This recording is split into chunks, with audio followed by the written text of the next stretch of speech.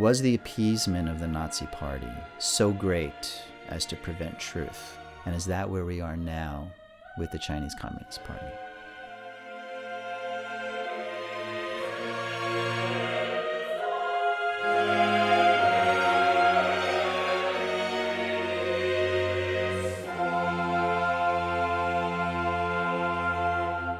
Welcome to The Shape of Dialogue. Today I'm joined by David Novack.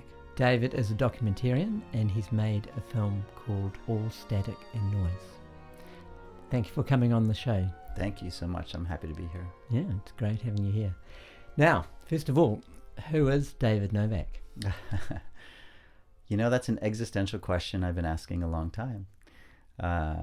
So I am a filmmaker. I come from New York. I was born and raised in the New York suburbs and came into film a little bit late. I was a bioengineer prior to becoming a filmmaker. And even before making films, I was working in the film industry as a re-recording engineer. So sound is my specialty. Re-recording engineering means sort of at the end of the whole post-production process, the sound has been built by sound editors and it goes into a big studio with a big board and mixing faders and whatnot, and the re-recording engineer is the person who then sort of creates, right, through mixing, the final sound of a film. Sort of like the conductor of an orchestra. So, yeah, very much. It's very much like conducting, and I also always think of it as carving, right? It's like I'm given all of these elements they used to be quite raw, the elements. Lately, they're less raw because the sound designers and sound editors can do much more work digitally before it gets to the mixing stage. But then it's sort of sculpting it and making the sound effects work with the dialogue, work with the music, getting those balances, putting in sort of special sound effects to things, treating things differently, and creating kind of the not just the overall soundtrack, the overall sound of the film, but the waves of energy and relaxation. You really dig into the kind of the momentum of a film, because in an interesting way, sound really plays with temporality in film, like your sense of time. It's very much related to picture editing, but sound manipulates it in very interesting ways. So you sort of slow down and then rush forward. And from doing that for quite a number of years and being in front of a big screen in a mixing studio working on the same 5 minutes of film, you know, for hours on end, the language of film really imprinted. And when I found that there were some stories that I wanted to have told, I thought, well, I should go out and tell them myself. And that was how I gradually transitioned into making films. So how long have you made films for? My first film was released in 2008. It was called Burning the Future, America. It's a film about mountaintop removal coal mining in the United States, in West Virginia mostly, and also in Kentucky, which is this insane process of blowing off mountaintops in order to get at coal that can't otherwise be accessed. The devastation to the environment is huge, and as a result, the health devastation to people who live in the area is really bad.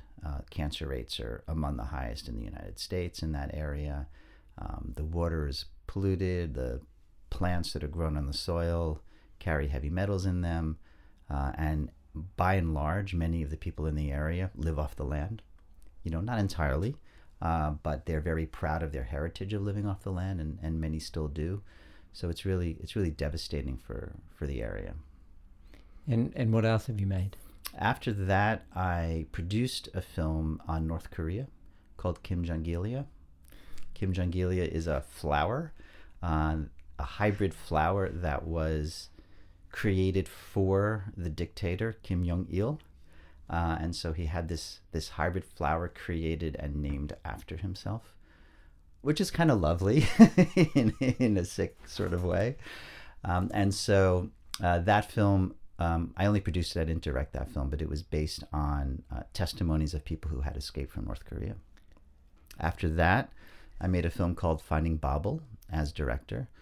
which is a film about a Russian Jewish writer named Isaac Babel, who wrote in the 1920s and 1930s, and he was eventually executed under Stalin in 1940. That was a fascinating film to make. His literature is amazing. I highly recommend it to all of your listeners.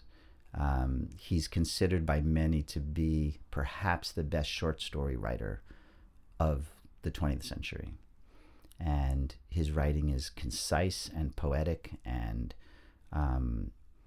it punches you in the gut, and it can make you roll on the floor laughing as well.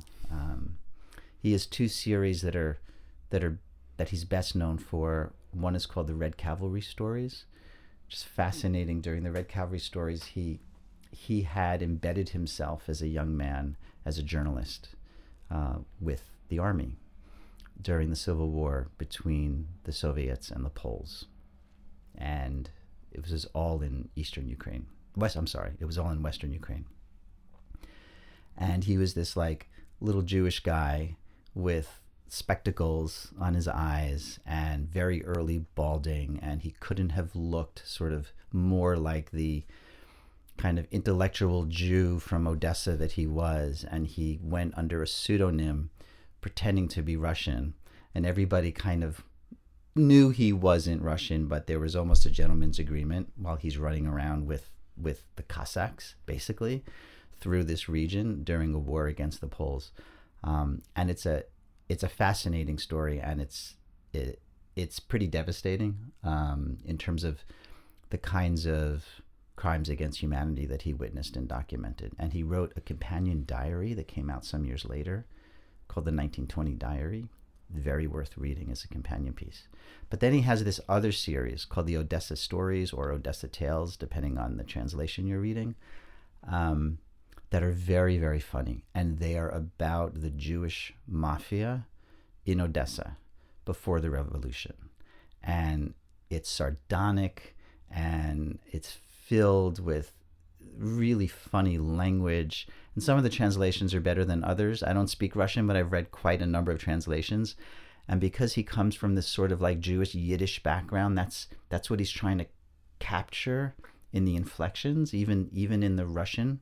So some of the translators are able to pick that up. And I found that when I started reading them, hearing my grandmother's voice, because she spoke Yiddish. Because you're Jewish. Yeah.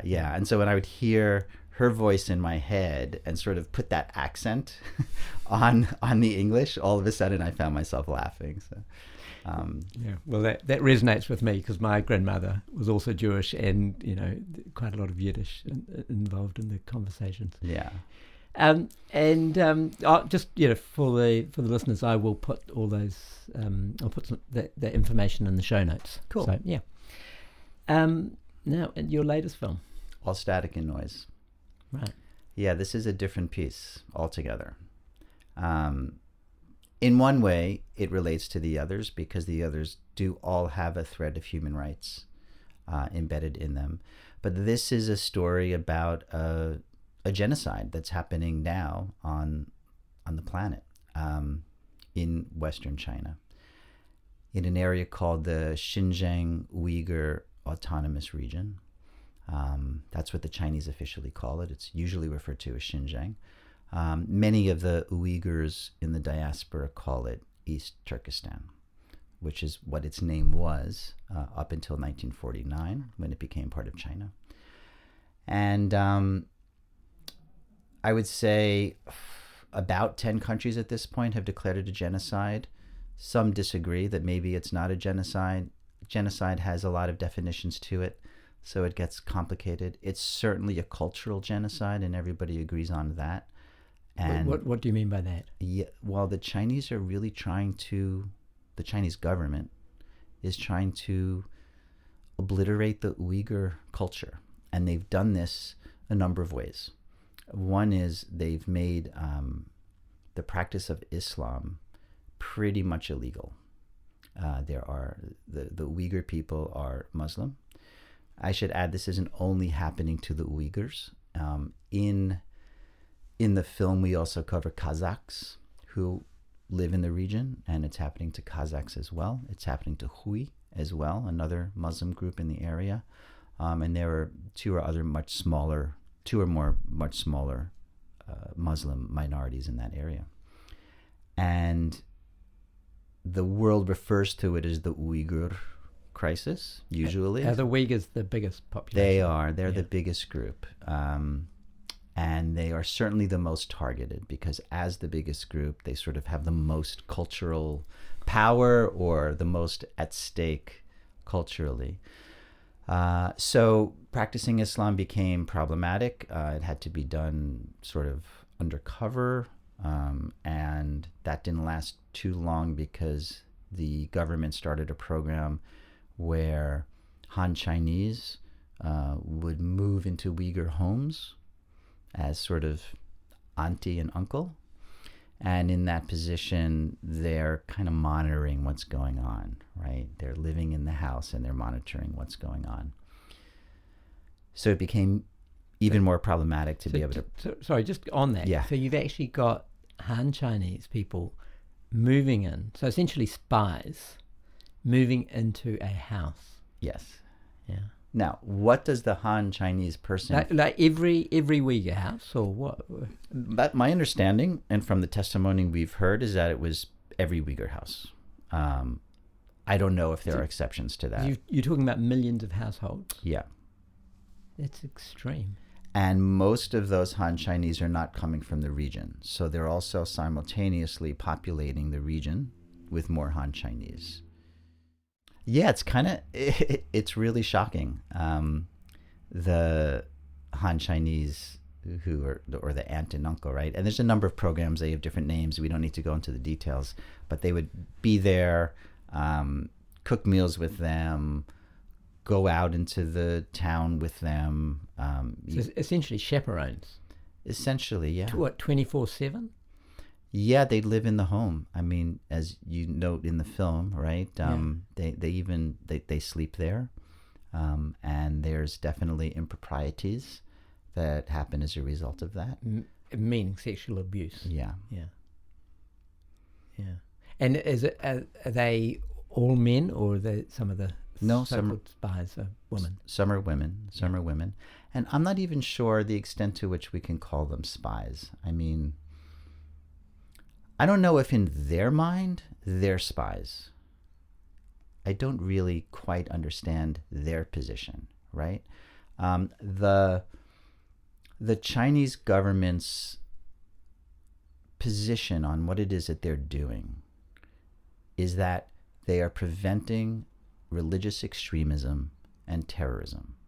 And this is the blanket excuse that they use for all of the policies that are in place. Now, this becoming family policy is just one of them. And I could imagine that if you're a Han Chinese person, you might think you're doing good for the country by going into these homes and making sure that there isn't radical thought going on, radical conversations. But at the same time, you're taking steps like monitoring people's phones, like making sure there's no Quran in the house, like making sure there are no prayer rugs down on the floor being used, right? So it's very problematic, and you do need to report back, and there's a hierarchy of people to report back to. Other cultural genocide policies include the shaving of beards. Men can't have long beards. That's regarded as taboo, because certainly if you have a long beard, you're an extremist. Then other things like being in touch with family members abroad, taboo. If you are in touch with family members abroad, I mean, I remember in 2017, 2018, maybe into early 2019, people would just have very brief conversations where the person within the region would not really disclose anything. We're fine, everything's okay. And if the person abroad were to press on any more information, they would immediately get pushback. No, don't go there, right? After 2019, people were just gone. Like WeChat contacts would be deleted. And so deleted by the person in the region. So your mom will remove you from WeChat. And just tell people what WeChat is. So WeChat is like WhatsApp, right? WeChat is it's the biggest platform to communicate with. Yes, and it's not only used for communication, it's used for buying things in the supermarket, it's used for getting train tickets, it's used for everything. One-stop shop. Yeah. So you're saying your mum outside of the region will just delete you off WeChat? I'm saying your mom inside the region. Right. You're outside the region. Okay, I get it. All right, you're living in Turkey, for instance. And so you're gone off her phone. You're gone off the phone. Yeah, because right. She's actually doing you a favor. She's doing you a favor and herself a favor, because if you're on her phone and you've been chatting and you're abroad, she's getting sent to a re-education camp. That's immediate grounds for being sent to a re-education camp. Right. Because certainly if you're contacting your family member abroad, you're also a budding terrorist of some sort. Yeah, in inverted commas. Yeah. So re-education camps, and again in inverted commas, is a euphemism for concentration camps. That's right. Yeah. So in the year 2023, we have concentration camps going on in China. We do. Yeah. And concentration camps is a very loaded word. It's a very loaded concept. Yeah, well, then my next question was, can you go into detail what these so-called re-education camps are? Yeah. What do they look like? What happens in them? What happens to the detainees? How long do they stay there? Yeah. So there are hundreds of re-education camps. In addition to the re-education camps, there are hundreds of new prisons in the area. So, and we can discern between the two. For a prison, you've actually been convicted of some crime. What constitutes a crime that can send you to prison is quite low. The bar is quite low.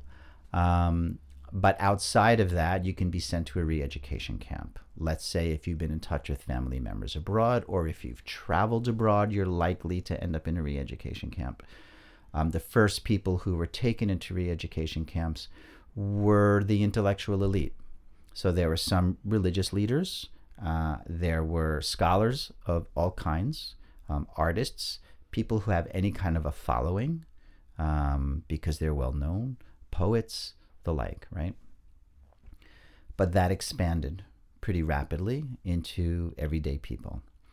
So a re-education camp looks very much like a prison. The ones that I have seen images of absolutely are prisons. There are purportedly some that are more like converted large schools that don't quite look like a prison. They all of these re-education facilities had guard towers, barbed wire, walls you can't get through. They were prisons. Satellite imagery proved their existence and located them. And then once the Chinese government understood that satellite imagery was finding these things, they started taking down the towers because that was the most identifiable feature, right? Satellite images were even able to pick up people in uniforms, usually orange, depending on the place, in lines outside in courtyards and whatnot. When you say people, the prisoners. Detainees, yeah. And those regions, those open areas began to be covered over time so that you couldn't see people anymore. And so they look like prisons, they function like prisons. From all of the reports that we have, there's typically huge overcrowding in a cell, so much so that not everybody can lie down at the same time. So how many people? We're talking between 20 and 40 in a cell, depending on the size of the cell. Half would lie down, the other half stand up to sleep, and they would take turns. During the day, people are typically just sitting cross-legged, staring at a wall. In some places, there are slogans on the wall. In some places, there might be a TV monitor that is giving kind of pro-Chinese Communist Party propaganda, pro-Xi Jinping propaganda, and then they're supposed to go to class, right? This is the re-education, is that they're supposed to go to class. And they go to class, and when they go to class, they're learning Mandarin. Some of them already speak Mandarin very well, but that's what they're there for. And they're learning, again, the party line, the government line. And this is supposed to make them into better Chinese citizens. We have testimony that they go to these classrooms in chains. They sit down. Hand and feet? Hand and feet in chains.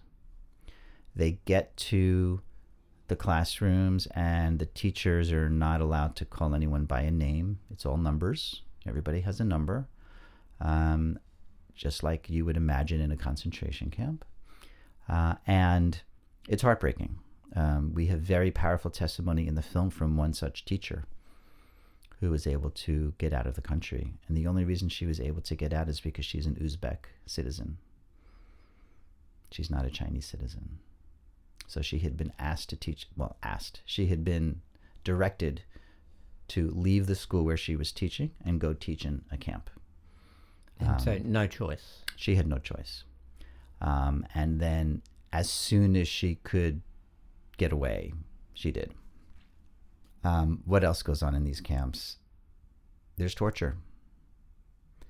People are brought in, if they're brought in because they've been in contact with somebody abroad, for instance, they're going to be asked, do you know this person? Do you know that person? They're interrogated. They're interrogated in tiger chairs.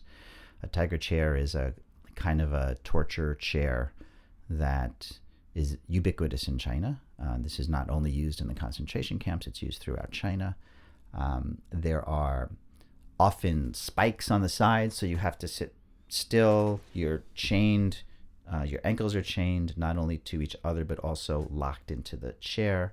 Your hands are also locked in at the same time, and you can be in a tiger chair for hours and hours and hours on end. Interrogated indefinitely. There's often cameras. It's often being videotaped while it's happening. And some of our witnesses, actually all of our witnesses, talk about the tiger chair in the film. There's definitely instances of rape. There's instances of forced sterilization. Which we don't discuss in the film, actually, but there's quite a bit of testimony out there that your listeners can find. Organ harvesting? So there's a lot of evidence of organ harvesting. It's something else we don't include in the film because it can't be 100% corroborated yet, right? We don't have a witness. You have anecdotal evidence of it, is that what you're Yes, saying? we have evidence of particular facilities that have been built right next to hospitals with what's called a green corridor, which is a way to very quickly either get an organ to a hospital or get a person to a hospital for the surgery or to get to a heliport.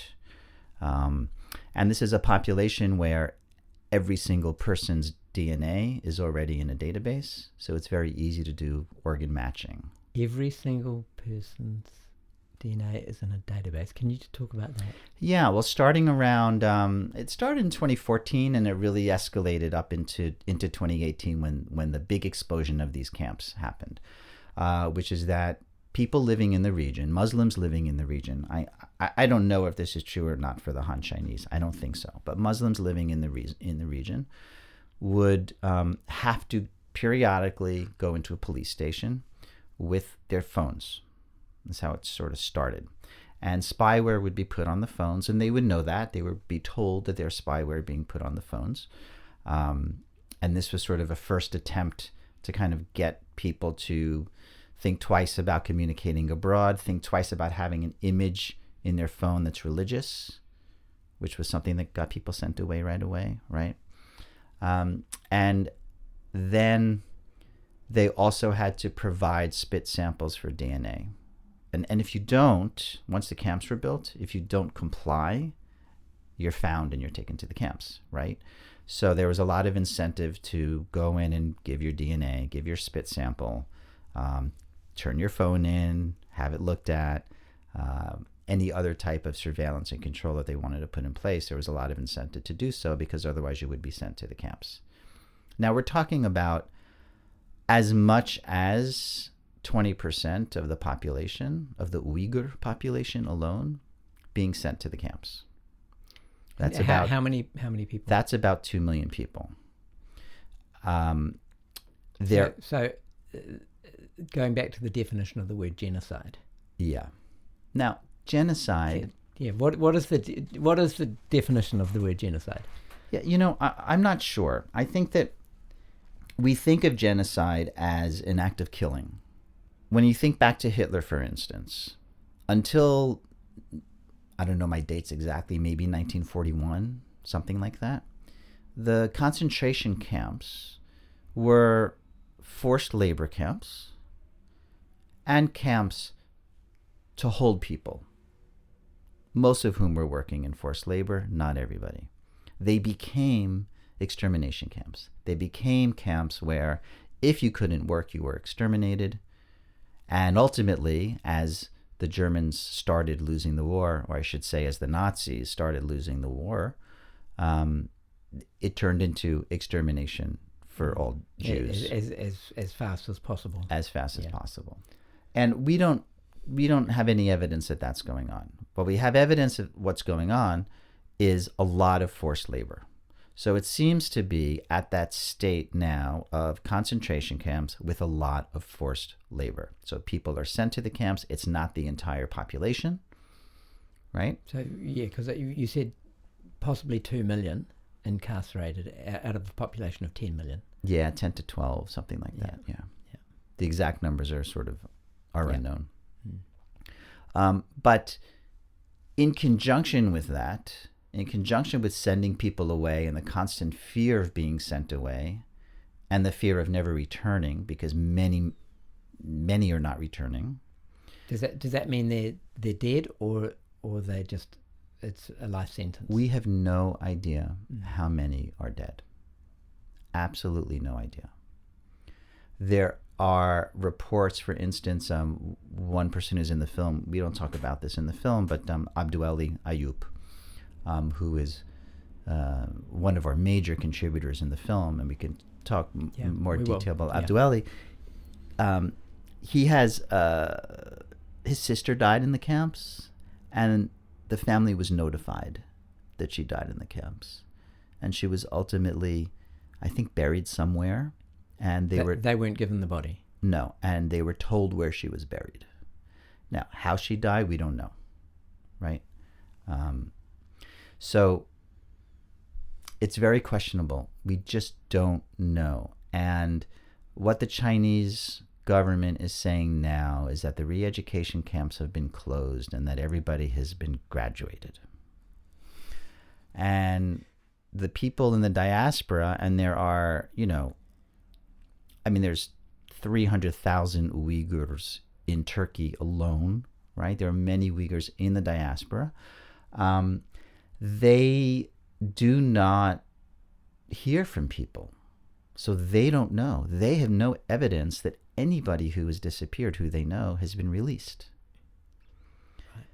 So it's very hard to say, oh, sure, people have been released. The other thing that we know is going on in terms of the closing of the camps is that some camps have been closed. That has been confirmed by independent press.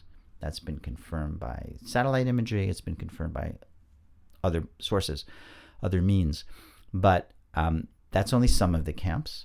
And what does it mean to graduate? Because I just love the euphemisms. Yeah. You can graduate from a camp and be sent to forced labor. You can graduate from a camp, be put into detention, charged for a crime, and be sent to prison. And these things are happening. So it's very unclear exactly what they mean by graduate. And we just don't have enough evidence to show that anybody is really being released.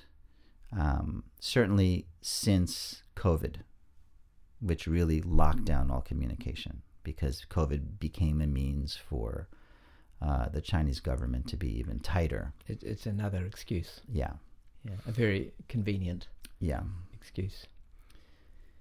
So genocide, does genocide require the murdering of a population. That's a little questionable. And we don't know to what extent the population is in fact dying in camps and prisons. That being said, cultural genocide has a clear definition. It's more in lines with ethnic cleansing, and it does not require murder. Yeah, ethnic cleansing is probably a better word, isn't it? Yeah. And yet, quite a number of countries have declared this as a genocide. Yeah. I would say more ubiquitously, it's identified as crimes against humanity. Yes. And major crimes against humanity. Yeah. Why did you make the film? Initially, I was approached by Janice Engelhardt, who's the producer of the film. She and I are producing it together. I was approached by her. I had toured China with one of my earlier films, and we met during that tour. I did a lot of teaching in universities and law schools, film programs, and whatnot. It was a fantastic time in China for me. And she had been living in China for quite a while and seeing changes that were happening to her friends, to her Chinese friends, whereby people involved in culture who might have been a little bit on the edge, or just a bit on the edge of sort of the party line, were finding themselves out of work, dismissed from universities, couldn't get films funded anymore. And then other things started to escalate around her. For instance, in 2015, some civil rights attorneys who she knew were rounded up as part of a very big roundup of attorneys who were taken to detention centers and tortured into false confessions of whatever. To be re-educated. Yeah. And she approached me to imagine some kind of a film that was about these negative changes in China that seemed to be happening all around her, particularly from the time period that Xi Jinping was elected and into the present. And I said, well, let's start with Tiananmen Square, which many people don't know about anymore. Certainly young people don't know about it anymore. Even in the West. In the West, that's right. Right. Let's sort of... Well, then just for all the young people who are listening to this, what is Tiananmen Square? Just briefly. So in 1989, there was a democracy movement in China run by students. It was a student-led movement where Tiananmen Square, which is the massive and quite beautiful, really interesting square in Beijing, the square was flooded by students, and there were days and weeks of protests and celebrations and actions and solidarity, and people came in from all over the country. People from different ethnic backgrounds came in from all over the country, including many Uyghurs who were there. There was one Uyghur student leader. And ultimately, this movement was squashed militarily, and many people were killed. And reports, I mean, your listeners can look online and get really interesting, detailed stories about what happened there. I mean, reports range from 800 to maybe 4,000 or 5,000 in terms of the numbers who were killed. So it's a little unclear.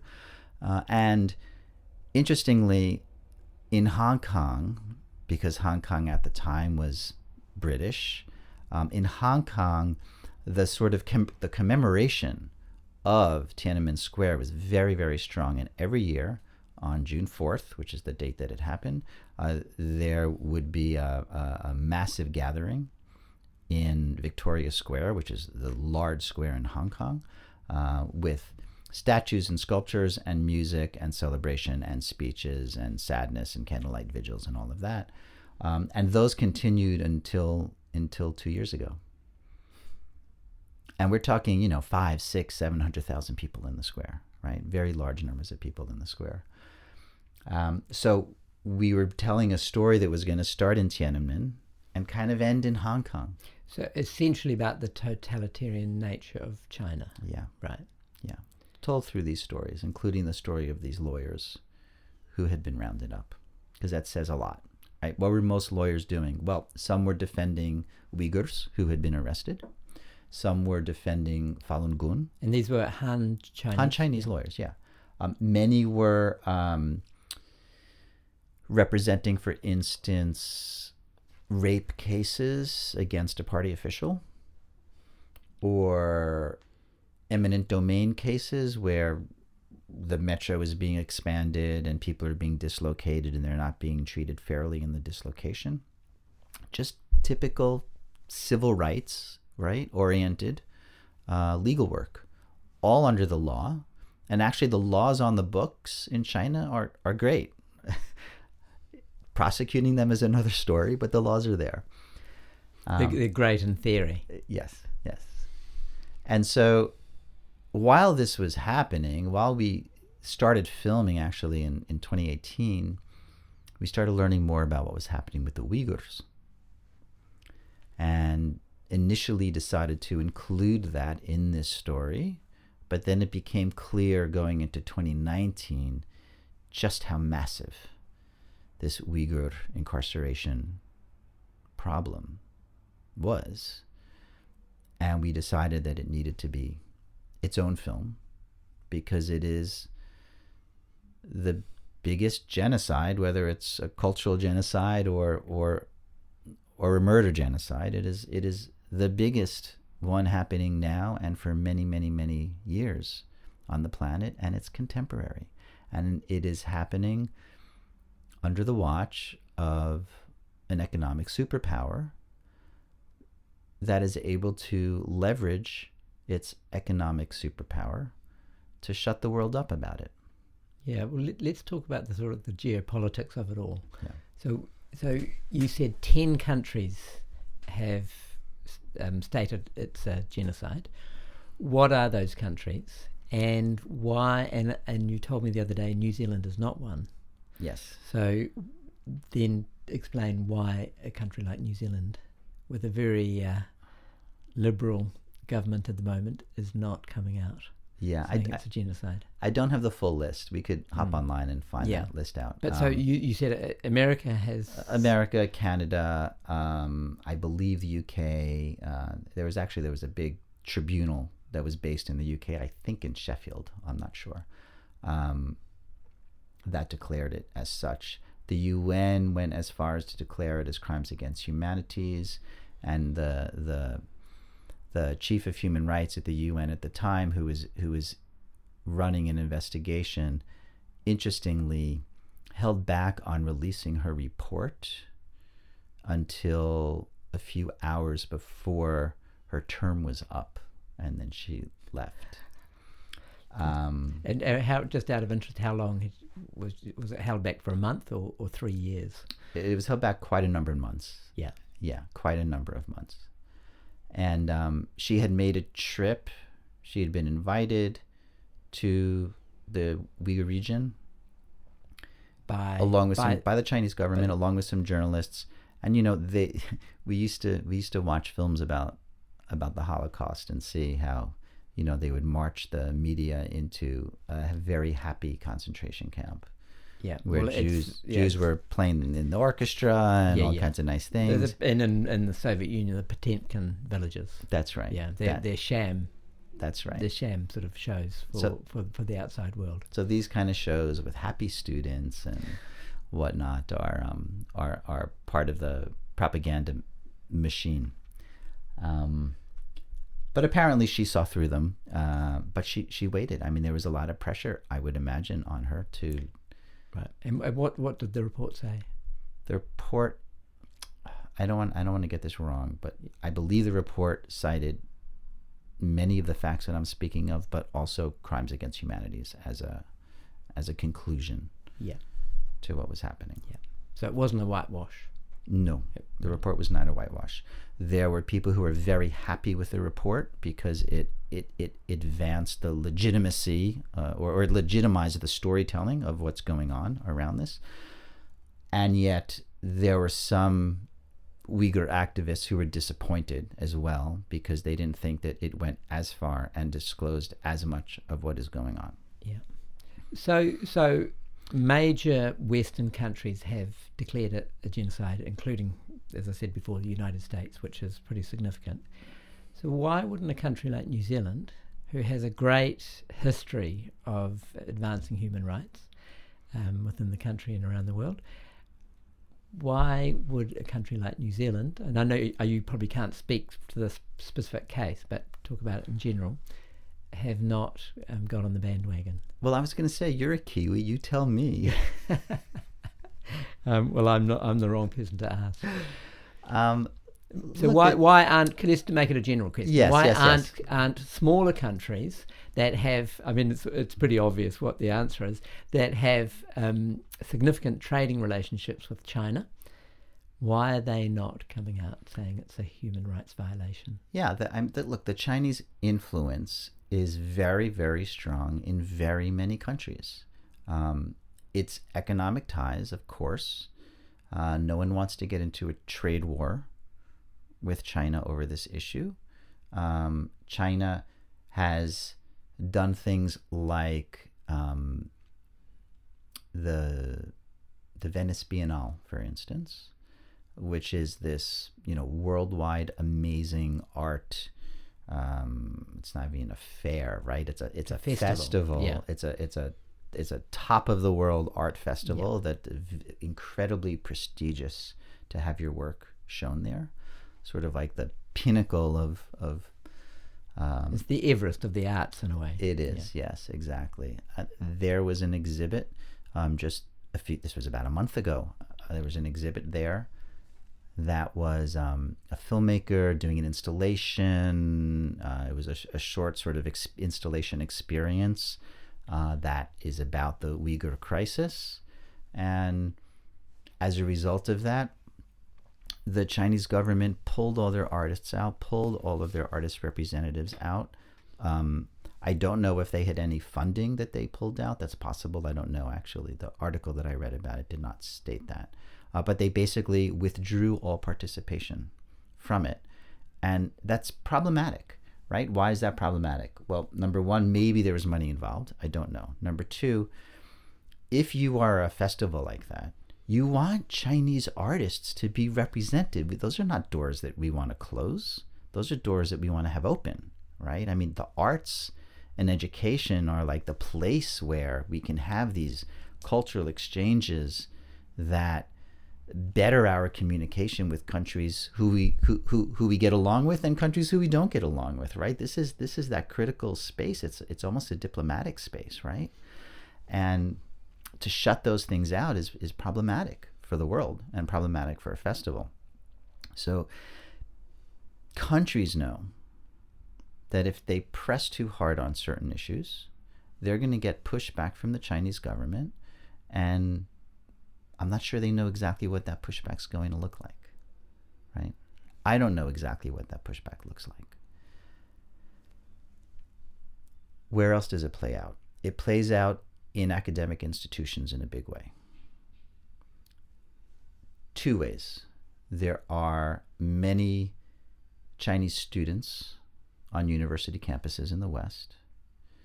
In New Zealand, it's a very high number. It's a massive industry. In Australia, it's a very, very large number.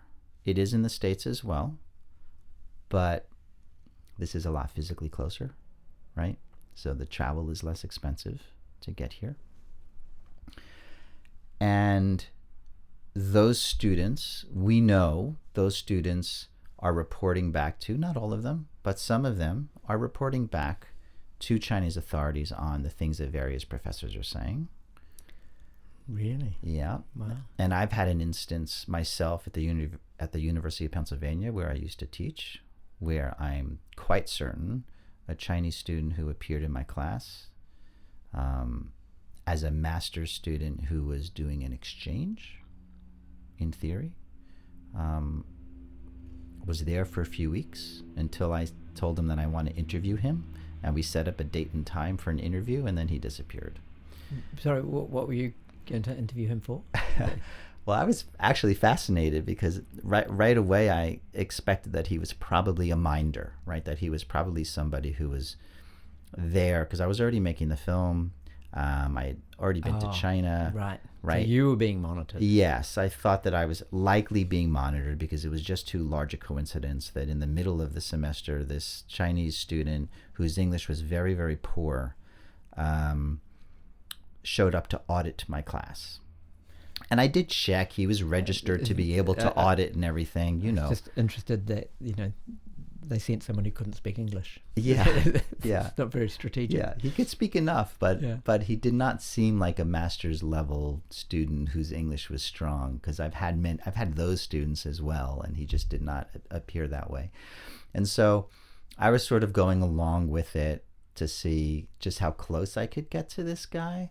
And so we had lunch together, and I'm asking him why he's in the U.S., what is his study, and his position was that he was doing a master's in China on education, and he was studying liberal arts education. He was interested in seeing how American professors teach in the liberal arts context. I'm like, well, why a class on film sound theory? Because that's the class that it was. And he didn't really have a good answer for why he chose me, and I was an adjunct professor. I was not a full-time professor either. So it was all very, very suspicious to begin with. And so I'm getting a lot of information out of him at lunch, and ultimately decided to turn the table around and say, let me interview you, because what you're telling me is really fascinating, because I'm asking him about the education system in China and how interesting it must be through his eyes to see what we do. And if he could express that, it would be really interesting. So you like being a double agent. Exactly. And so we scheduled an interview for the next week, and I never saw him again. Well, so there are major consequences, especially for small countries like New Zealand. Yeah. I mean, I can't remember. I think China is our second biggest trading partner, something like that. It's significant. Yeah. So for us to come out and say anything, we'll easily be squashed. Yeah. It's money in the end. Yeah. Yeah. What you're describing... I'll tell you why that... Yeah. Can I tell you why that frustrates me? Tell me. Because, and I talk about this issue with some friends of mine, for instance, and they say, well, what are we going to do about it? We can't shut down the world economy by, stopping trade with China. And the first thing I'm thinking is, didn't we just shut down the world economy over a virus? And if we can shut down the world economy temporarily over virus and come out the other end, which, there's lasting effects, there's lasting impacts, but we are and will come out of that, why can't we do that over genocide? Yeah. Well, that leads to the question, how do we decouple from China? Because there are so many... as I see it, the West has made a major strategic error in empowering China to be the monolith that it is. It's like, the road to hell was paved with good intentions. The idea was that if we engage with China, they'll end up becoming democratic and we'll all live happily ever after in utopia. 2020 hindsight vision, it's easy to see that was a major mistake.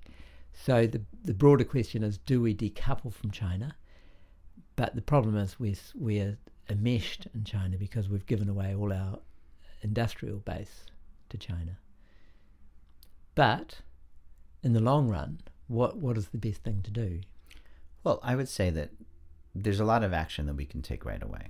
The first thing is to deal with the forced labor issue, because it seems to most of the academics around this Uyghur genocide, and I'll continue to call it a genocide, whether we're thinking cultural genocide or murder,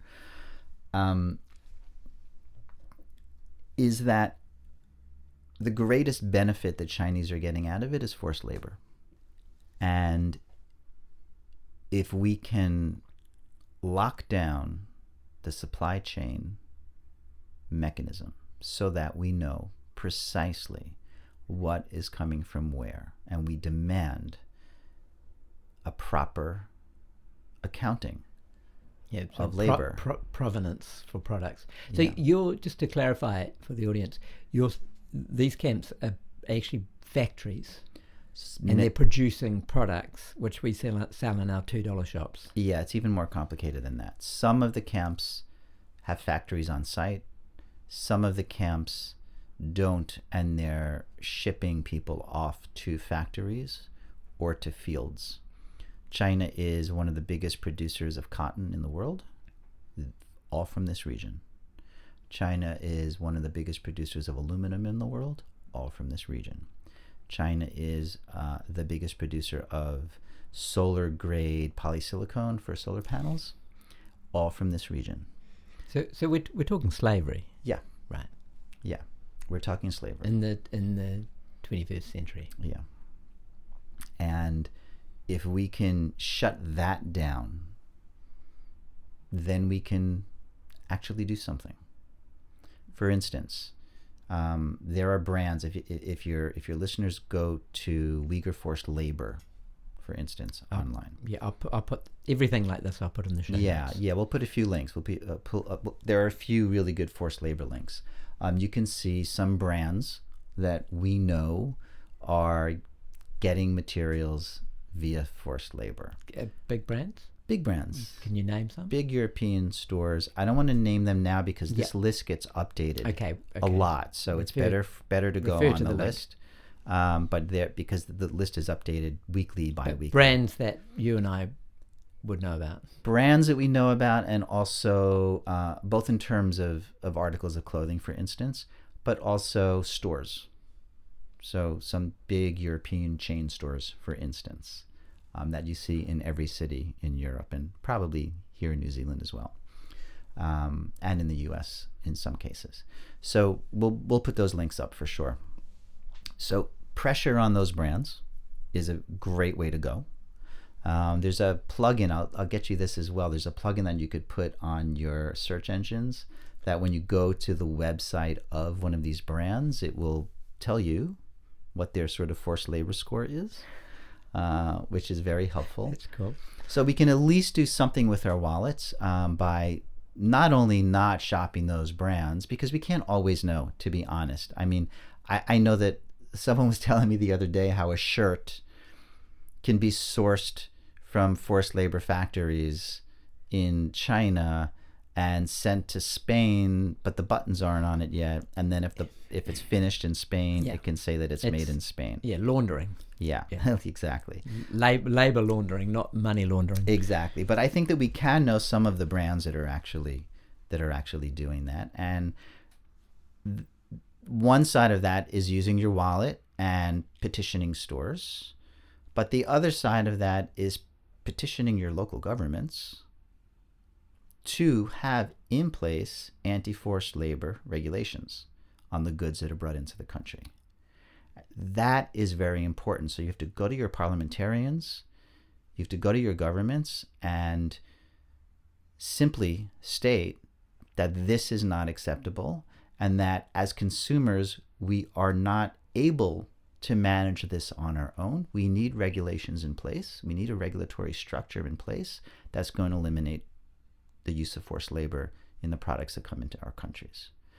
I think that this is a place where we can progress without decoupling from China, because ultimately China's not going to turn away from the profitability of continuing trade with the rest of the world just because they'll make less profit because they can no longer use forced labor. I hope. Maybe it's idealistic. Yeah, so you're saying there's a really strong economic imperative for the subjugation of these people for the Chinese Communist Party. Yeah. Yeah. One is through forced labor, and the other is because of the Chinese Belt and Road Initiative, which is a master plan that the Chinese government is executing to simplify their trade routes around the globe. Yeah, so to connecting China with the rest of the world.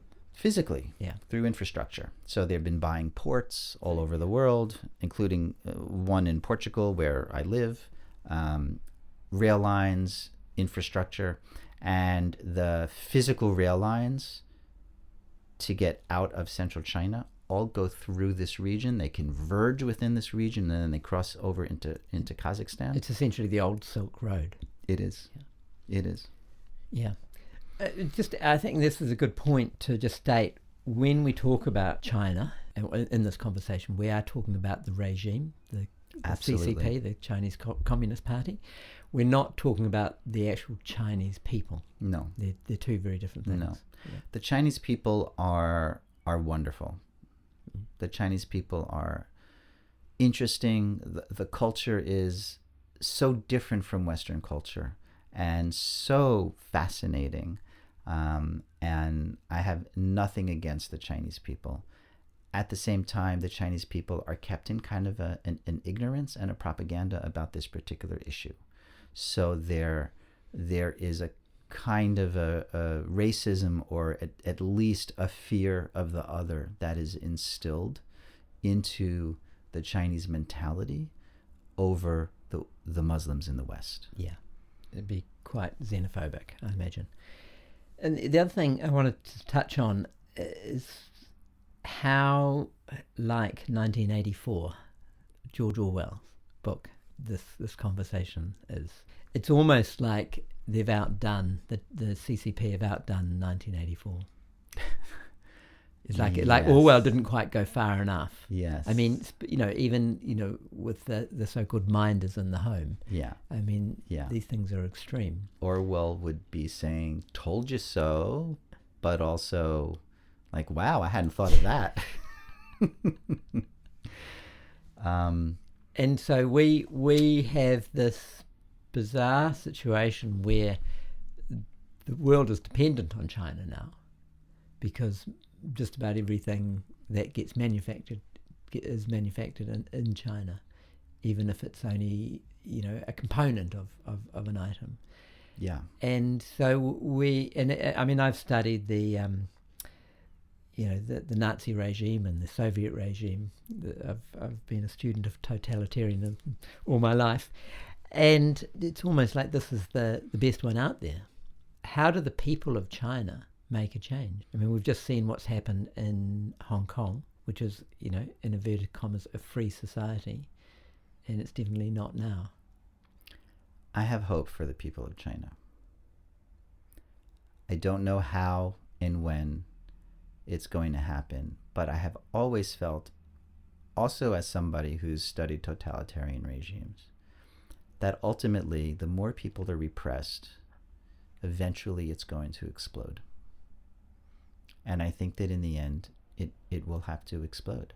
We saw during the COVID lockdowns in China an explosion of activism from Chinese people who had it, and their lockdown was taken to an absolute extreme and went on forever. It was totalitarian. I can't even say the word. It's just on steroids. Yeah. And I know many of the people who protested have been arrested, of course, but not everybody, because I think it's too many people. I mean, they could, but there would be more backlash, right? So I think that they probably have a better understanding of the oppression under which they are living than we often give them credit for. They just can't really speak out about it. Yeah. They are surveilled, and the Chinese in the diaspora are also surveilled. There was a report that came out about, maybe 3 months ago, about illegal Chinese police stations all over the world that report on their own people, bring their own people in. People who are speaking out against the regime are encouraged to return to China. Encouraged in inverted commas. Encouraged meaning basically blackmailed. They've got no choice. They've got no choice, or they have a choice, but I mean they can't extradite them, but I suppose they could extradite them if they're still Chinese citizens. But if they have family back, then there can be ramifications for their family back at home. You come back or else. Exactly. Yeah. Or else your niece and nephew are not getting into a good high school. Right. And whatever. And the report, I think, had something like 10 to 13 identified of these police stations. There's many more. In what countries? In fact, there's one in Auckland. Are you serious? Yes. So we talk about the reach, right? We talk about the tentacles Right. and the impact of the Chinese Communist Party, and we frequently think about, well, it's about the economics in terms of trade, but there's tentacles into their own diaspora that are very problematic, because these are people who are living in the West. These are people who are often citizens of the countries in which they live. Yeah. So it has a material effect on our own democratic system. Yes. Yeah. They, they talked about Stalin being Genghis Khan with the telephone. Would you say the Chinese Communist Party is way, way more effective than Stalin in his work? That's a great question. I hate to compare totalitarians. It's hard to say one is what worse I'm trying to than the get other. to is, Yes, are technology, humans getting better at being totalitarian? Technology changes the game, Yeah, exactly. right? Mobile phones, surveillance cameras, facial recognition. So you're walking down the street AI. and you're identified. Yeah. Yeah. And there's AI on top of all of this, Yeah. making it faster and faster and faster at identifying people. You can be crossing a street. You could be jaywalking in China, which is illegal. And to shame you, your name and face comes up on a screen. Yeah. Because you've stepped off the curb in the wrong part of the curb. Yeah, for jaywalking. For jaywalking. So there's well, I'll frame this as a question. Is it too extreme to say there's no freedom in China? It depends on how we identify freedom, how we define it. People are free to go about their day and work and shop and travel around the country. There's and freedom travel as long abroad. as you do and say the right things. Yeah, as long as you toe the party line. line. Yeah, as long as you toe the party line. But that's not freedom. No, that's not freedom of expression. Yeah. It's other freedoms. I mean, let's face it. Look, it was a country that was in desperate poverty just a few decades ago, and poverty is largely, there's still very poor parts of the country, of course, but poverty has largely been eradicated thanks to the economic engagement with the West. And so in a lot of ways, people are perhaps happier, certainly participating in the economy and living middle-class lives and upper middle-class lives and traveling abroad and as tourists, right? Sending their children abroad for school. I mean, these are things that didn't exist, and these are things that in theory should make lives better. But there is no freedom of expression. Yeah. Are you concerned for your own safety? I'm really not concerned for my safety. And maybe I'm naive to think so, but thus far, the Chinese government has not acted on foreigners who are engaging in human rights issues with China outside of China. There have been a very small number of foreigners working on these issues within China who have been detained, never really tortured, but detained and scared. For what, a day, or like actually incarcerated? For a few days or a few weeks, yeah. But treated, from the reports that I've heard from the 3 people I know, treated much better than their Chinese counterparts. Right. And would you be able to go to China now? No. Would you transit through Shanghai Airport? No, I would not transit through China anymore, which is a loss to me. Because you love the country. I do. I really like the country, and I would like to see more of it. Love the people. And I would like to meet more Chinese people from different backgrounds. I'd love to just dig in more, not as an investigative journalist, just as a human being. Yeah. I would love to be able to dig in more. So I do consider that to be a loss, but that loss does not come anywhere close to comparing with the loss of families from Western China, from the Uyghur region. Yeah. Well, I watched the film last night, and I was horrified. It's mind blowing.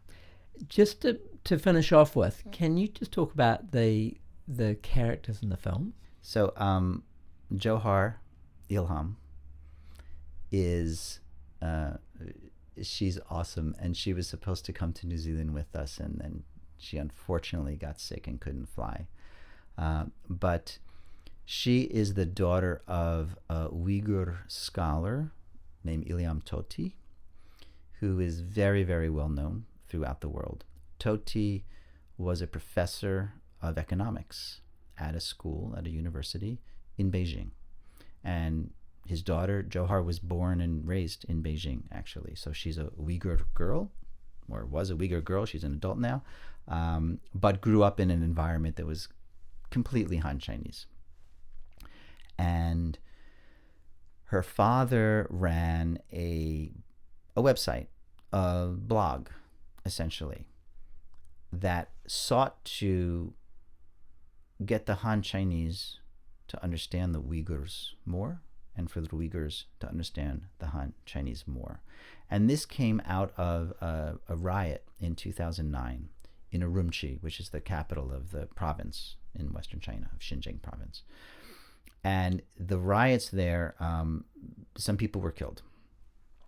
They were anti-government protests about the general conditions under which the Uyghurs were living, and it erupted in violence. There are competing reports, like in all of these situations, as to how the violence began, right? Whether it was the police being overly brutal that started the violence, or a small kernel of protesters who started the violence. We don't know.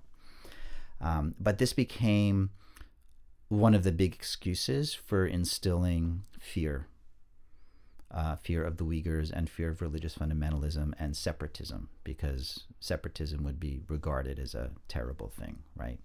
Certainly China would not, or the Chinese government would not want to lose this land over separatists.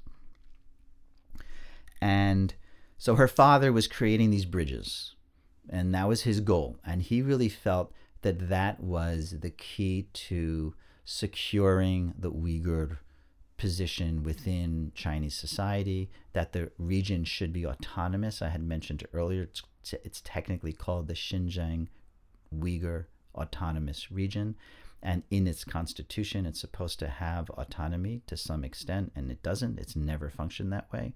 And that gaining what's on the legal books would be the solution to creating an environment in which everybody could live together. In 2013, he was invited to do a sabbatical semester at Indiana University in the States. And he offered to bring his daughter just for a couple of months to get him settled, and then she was going to go back and start university in Beijing. And at the airport in Beijing, when they were about to leave, she goes through the immigration line to leave, no problems. And he's starting to go through, and they stop him. And everything's taking a very long time. And then some guards come and they pull him away.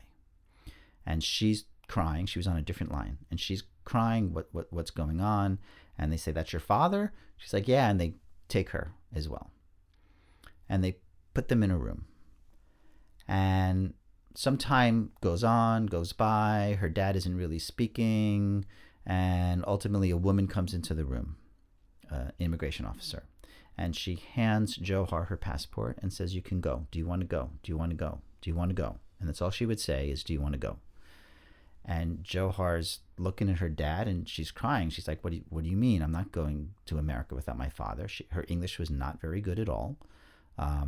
She had no desire to go without. It was a temporary thing. How old is she? She's 18. She's 18. Getting ready for college, right? I forget when her birthday is. Maybe she was 17 or 18. And he finally just says to her, "Go." He says, "You have to go, and don't look back." And he's talking to her in Uyghur so that the guard doesn't understand. "Don't look back, and show the world how strong we are." He already knew he was done for. He was done. He had already been detained. He had already been on house arrest. Really, all kinds. It wasn't the first time. No, this was not the first time, but all indications were that it was getting worse and worse, right? And so he was perhaps the first, and certainly one of the first, big intellectuals with a following who was arrested. And he was first put on house arrest. She gets on the airplane. She goes to Indiana. And the professor who was going to meet them takes her in, gives her a year of English training, and then gets her enrolled in the university.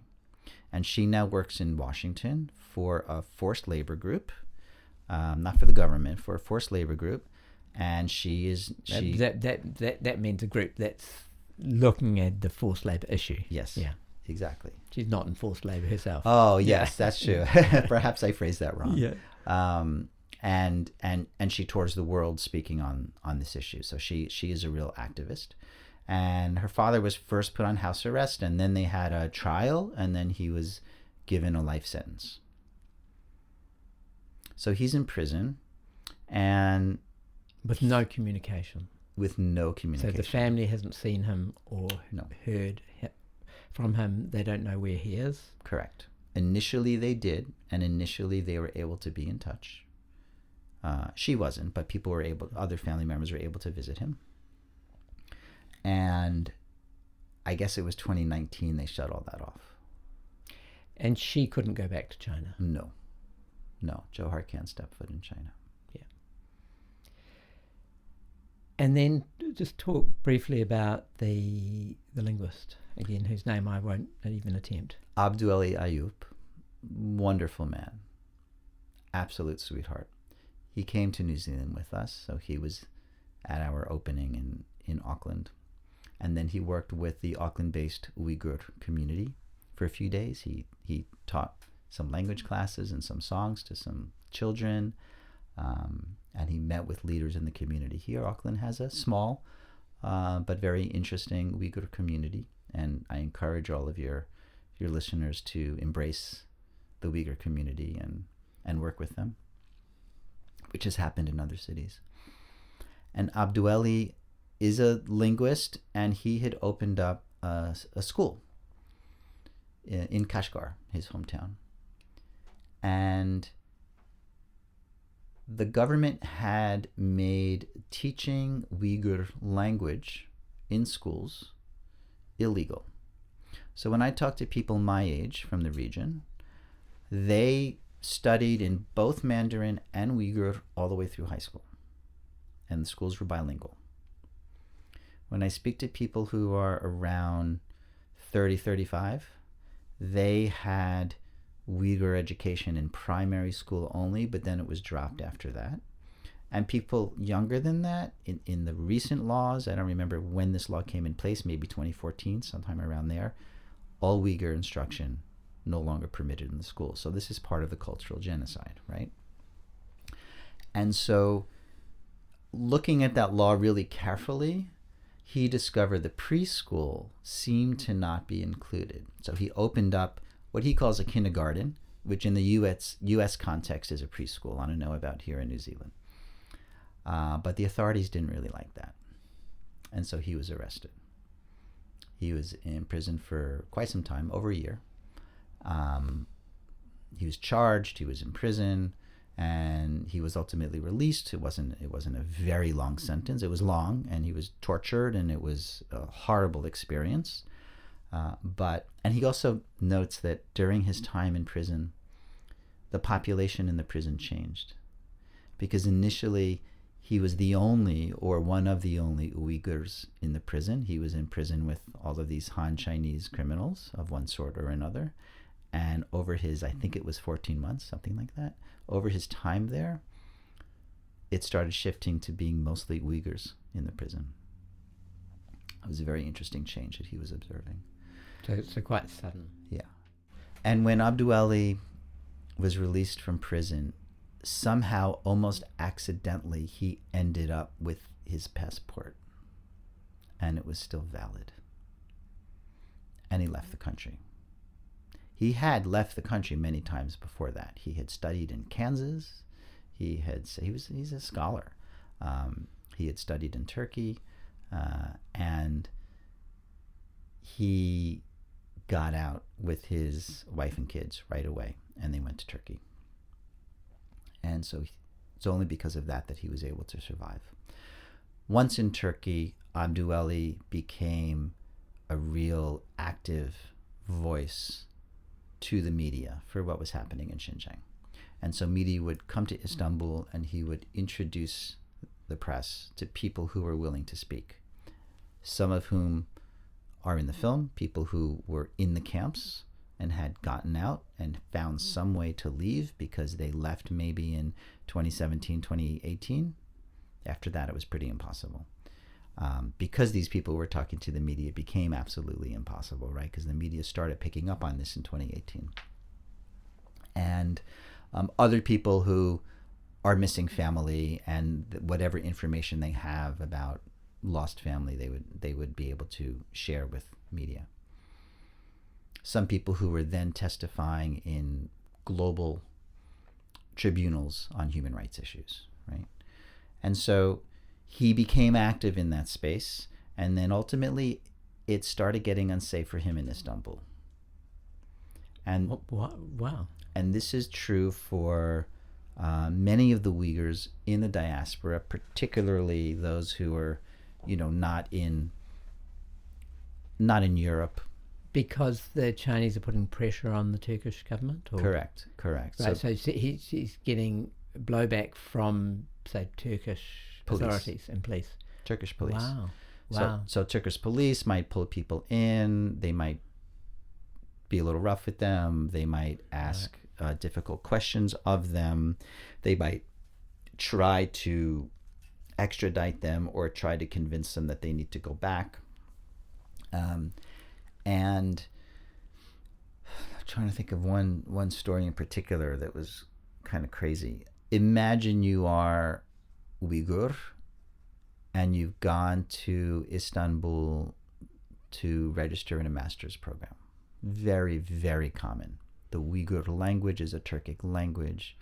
They understand Turkish. They pick it up very, very quickly. They become very proficient at Turkish very quickly. It's the Uyghur language is spelled using the Arabic alphabet, but it's actually Turkic. Right. So they just really have to kind of switch alphabets and learn some idioms. And so you're a student there, but you have a Chinese passport. Imagine that passport's going to expire because now you thought you were going to be there for 3 years for a master's program. Your family is telling you don't come back because of what's happening. So you're not going to go back, because if you go back, you're straight into the camps right away, right? You've been living abroad, you're going straight into the camps. So there you are with a passport that's going to expire. You can't go into the Chinese embassy to get a new passport. They're going to send you home. So you end up stateless. And Turkey is not giving benefits. Turkey is not processing Uyghurs as asylum seekers. So you're stateless, you have no security, you have difficulties with healthcare, you have difficulties with education, and you especially have difficulties with work, right? That's the biggest problem. And so then you're in a position where you have no protections because your own embassy isn't going to protect you from anything, right? So it's very, very problematic. And the Chinese government puts a lot of pressure on countries in the Middle East. Similar issues happen in Egypt, where there's quite a large Uyghur population. Again, mostly people who've gone there to study. So the solution is to get to the West. The solution is to get to the West. What does that tell us about the West in comparison? Yeah, that's a good question. I don't want to overemphasize freedom in the West, but certainly we have processes in Western countries to allow refugees who are fleeing horrific conditions to find a place to live and find a place to stay and feel a certain level of safety and security. So there is a difference. There is a marked difference. If someone of almost Turkish genetics cannot be protected by the country of Turkey. It has to go to, in inverted commas, a foreign land, a completely different culture, completely different language, but and also a different regime in the West, whether that's New Zealand, the States, Canada, England, France, Norway, Europe. It's ironic. Well, I think it's a very important distinction to make, because it's not uncommon to hear about how bad the West is. But to me, this is a litmus test of maybe how good the West is. Yeah. For all its faults. Yeah, I mean, it's funny. It's funny you should mention it and phrase it this way, because I think about my own work as a filmmaker.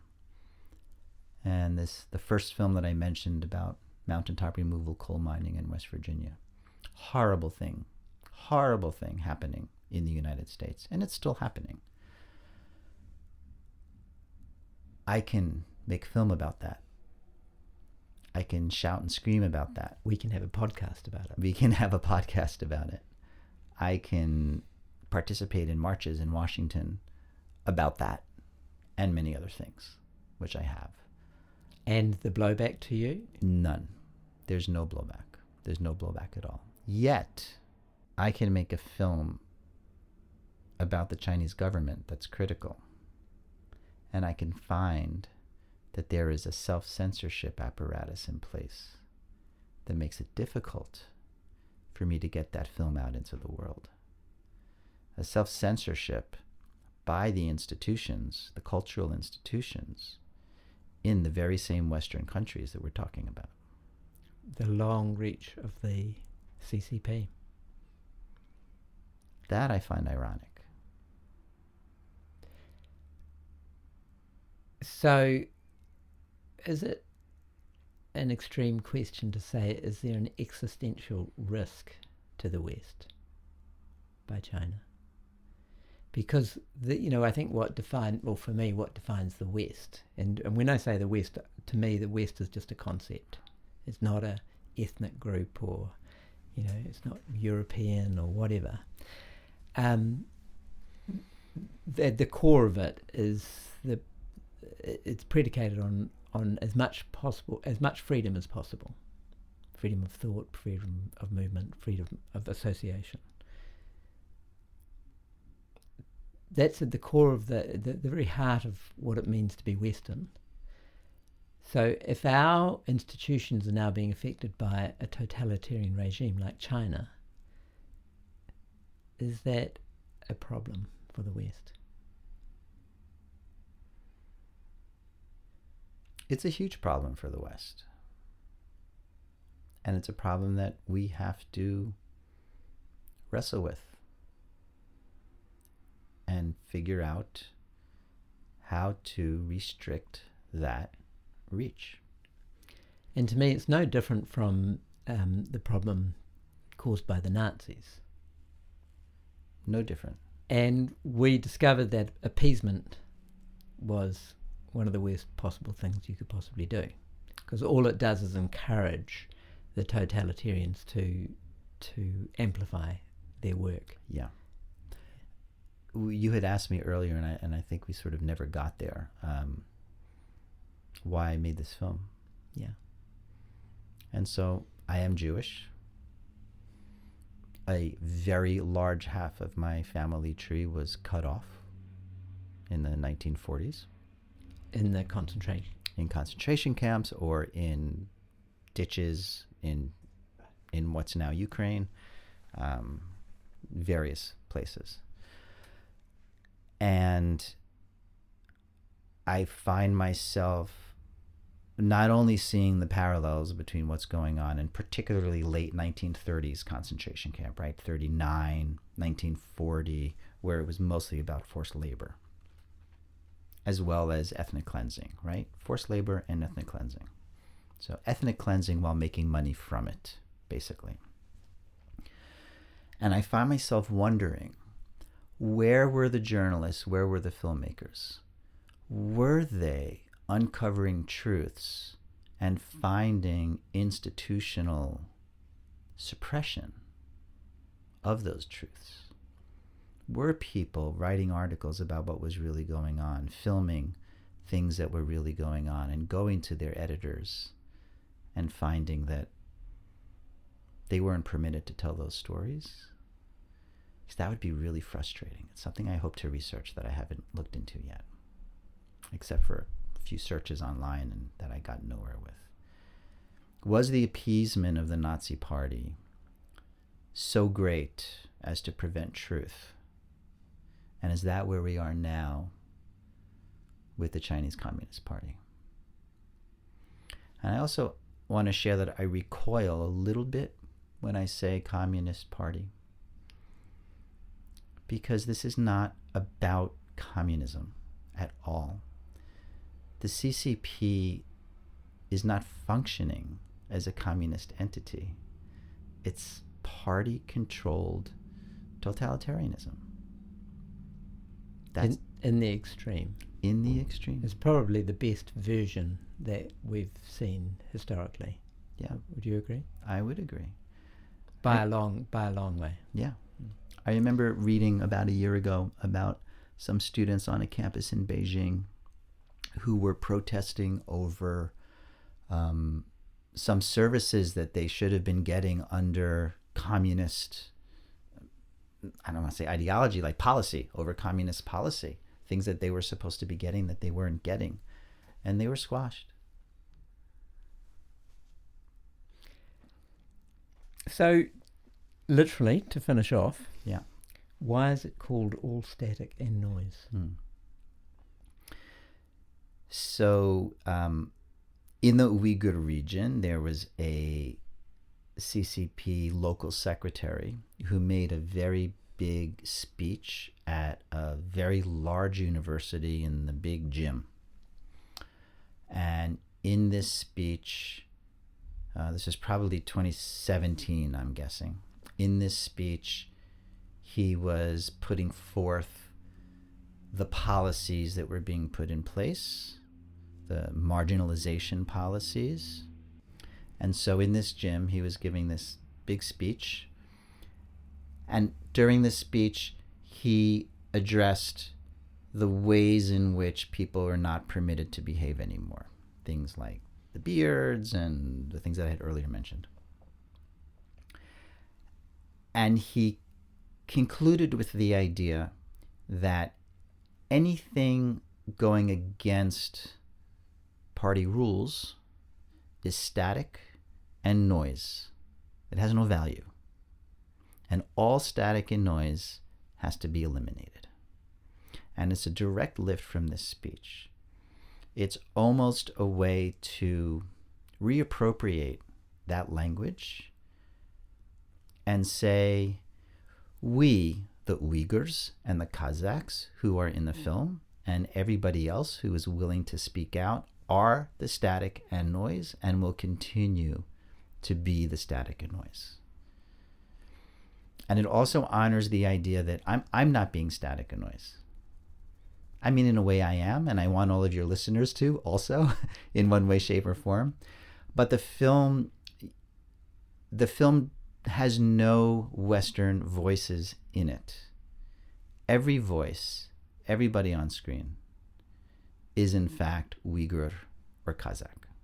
And they are activists in the diaspora. And I hate that word, activist. What are they? They're witnesses. Advocates. Thank you. We talked about that. I hate advocates. Yes, they're advocates, well. and they are advocating for themselves, and they're advocating for their people. Some of them simply by giving testimony of what they encountered personally, horrific stories.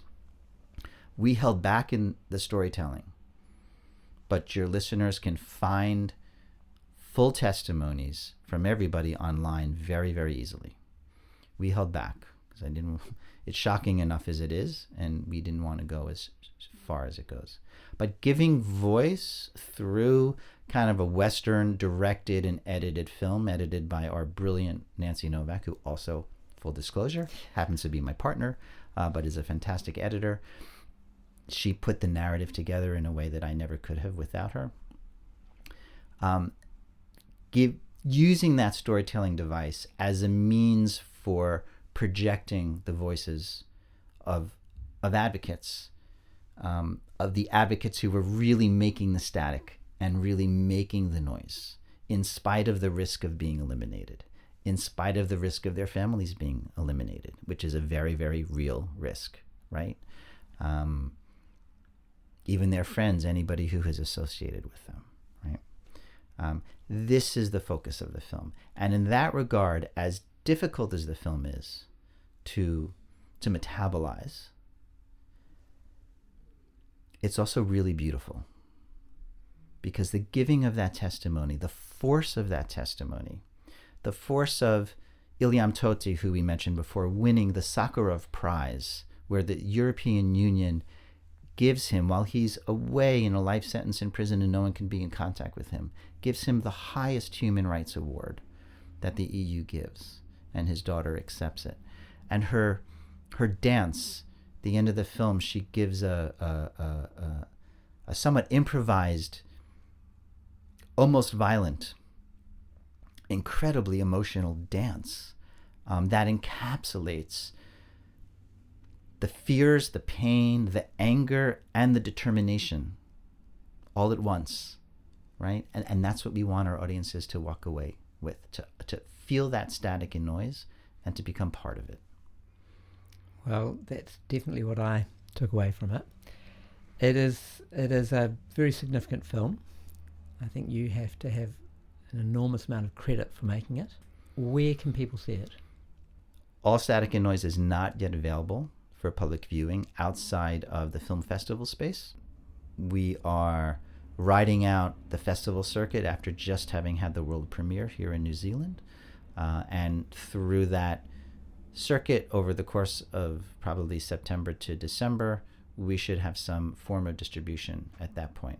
Right. Whether that distribution is via traditional distribution company, or whether we actually bypass that, which we may need to do because of the long reach of China. Right. We may need to bypass that and do our own online distribution globally, as well as having targeted screenings in cities around the world, right, particularly where there are Uyghur communities. So on the website, you'll have this information as time goes by. Follow us, please, on the website, which is allstaticandnoise.com. We are on Facebook.